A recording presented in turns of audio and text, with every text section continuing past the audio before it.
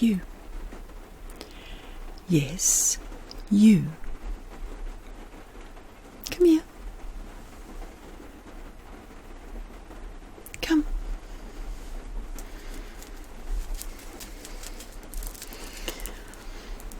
Now, what were your instructions last night?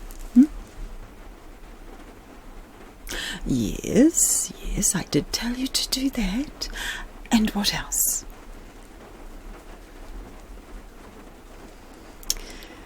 Yes.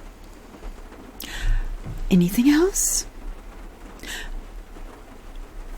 Well, let me give you a little clue.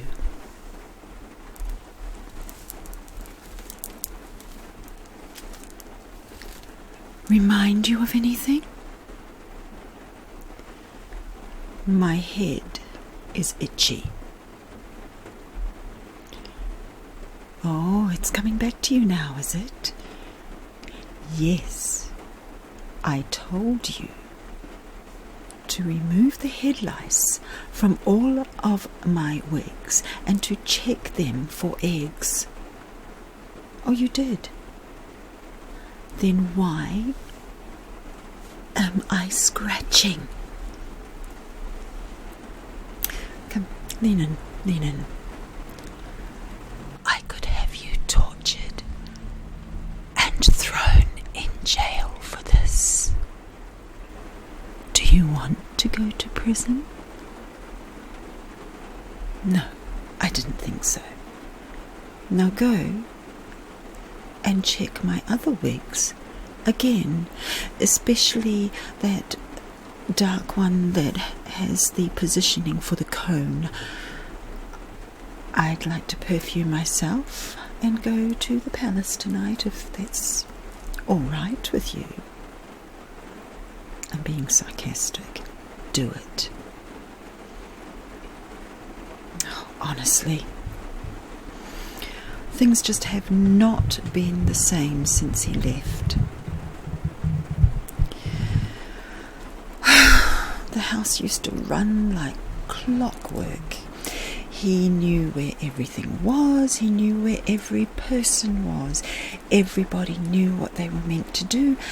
I did not need to give such specific instructions because he would take care of it all. I've been a good wife, a very, very, very good wife. I keep a good home. Actually, he did. It seems to have fallen apart since he left. I didn't want him to leave, but I didn't have much choice, did I? I mean, what do they say about a woman scorned? I won't have it. My husband, he's good enough. He's got a very, very high position in the palace. He's a good husband. He's a good provider. There's just one little thing lacking. He's a eunuch. Well, what's a girl to do? In comes this handsome young man, thrown in a pit by his brothers, you know. Talk about the pits of despair. My husband took pity on him when he saw him at the slave market and brought him home, bought him for a song. You know, he was a good worker, this Joseph. Serve some god, only one god, none of ours. I don't know him. Anyway, he serves him rather faithfully and works very hard for him. Always used to go around saying that when he was in that pit, he had the choice of becoming bitter or better. Now, I'll be honest, if I were thrown in a pit, I'd be somewhat bitter. But it appears that Joseph chose to become better. And so he worked very, very, very hard. And Potiphar could see that he showed a lot of promise. And so he rewarded him. And so Joseph got a very high position in our household. I worked closely alongside him. He was a very good-looking young man. I was attracted to him, and he held power and position in the household. That also is very attractive. And what with Potiphar and his condition, what's a girl to do? I spent a lot of time with Joseph. I listened to the stories about his God. They were interesting. He sounds like quite a nice God, really. Doesn't demand too much of his people. Seems to give more than he asks for, unlike some of our own gods.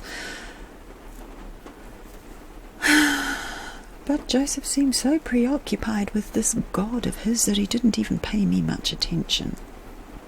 Oh, he was attentive enough to detail, to getting the jobs done around the home and making sure that I was kept in the comfort that I require. Except for one thing, I wasn't having that. So I started to make my move.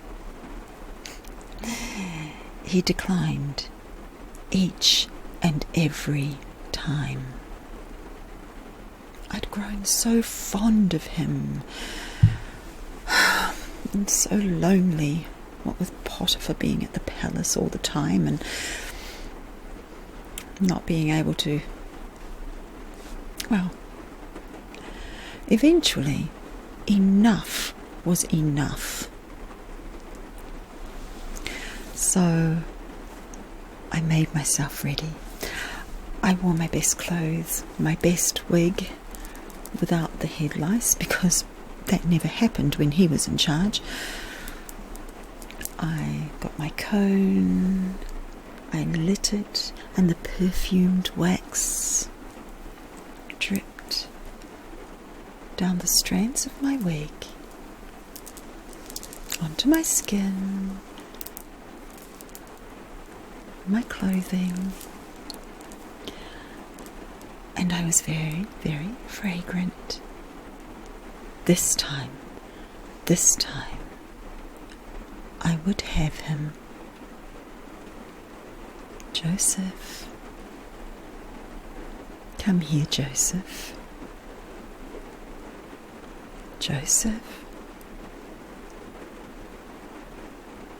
But he declined. I was not going to put up with it that time. No. I do not take rejection well. So I grabbed his cloak and I ripped it off him. And he ran. He fled the scene. I was enraged. How dare he refuse me again when I had practically thrown myself at him? And so I screamed. And I accused him. I accused him of trying to rape me, and I had his cloak for evidence. And they believed me.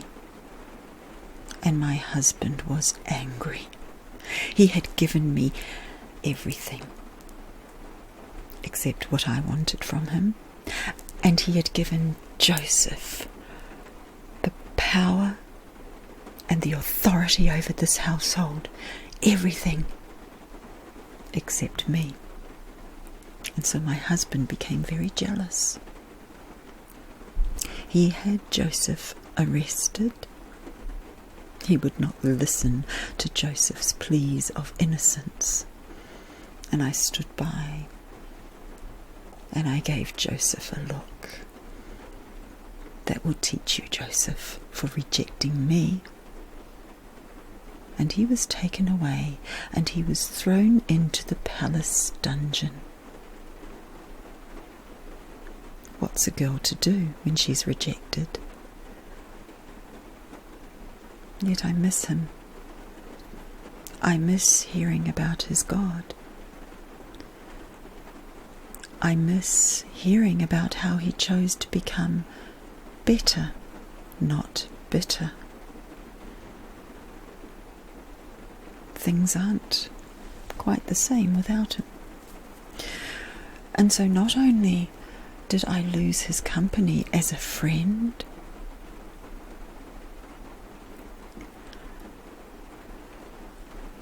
I miss his servitude. I have lost the best servant that we have ever had. The loss is all mine, and now I am more lonely than ever. I am hearing about his life in prison. Once again, he had the choice to become bitter or better. He could have become bitter that I accused him falsely. And yet it seems he's become better. And he has been trusted by the prison guards in all matters around the prison. He is practically a free man within the prison because of his hard-working nature and his rapport with people. Something I have lost in my own home because of my anger at being rejected. I wonder what the future holds for this Joseph. I've heard that he can interpret dreams. I've heard that Pharaoh himself has had a dream that has disturbed him. And he has heard that Joseph once interpreted dreams for the cupbearer and his baker. And he was very accurate. And so Pharaoh intends to call for Joseph. The cupbearer was meant to say something long ago and didn't. He's only just remembered. And once again, Joseph could have become bitter about that, and yet he just keeps doing his best for his God. And so his life, no matter what the obstacles that are coming in his way, because he trusts in his God and because he makes an active choice to be a better person for his God, instead of giving in to bitterness, he goes from strength to strength. As for me, Potiphar doesn't come near me. I hardly see him now. He's always at the palace. I guess I've become difficult to live with. I'm lonely. I have no friends. Joseph had opened up a whole new world for me. But I tried to take more than what was mine. I became bitter at his obedience to his God. And now I find myself in the position again. Do I become bitter, or do I become better?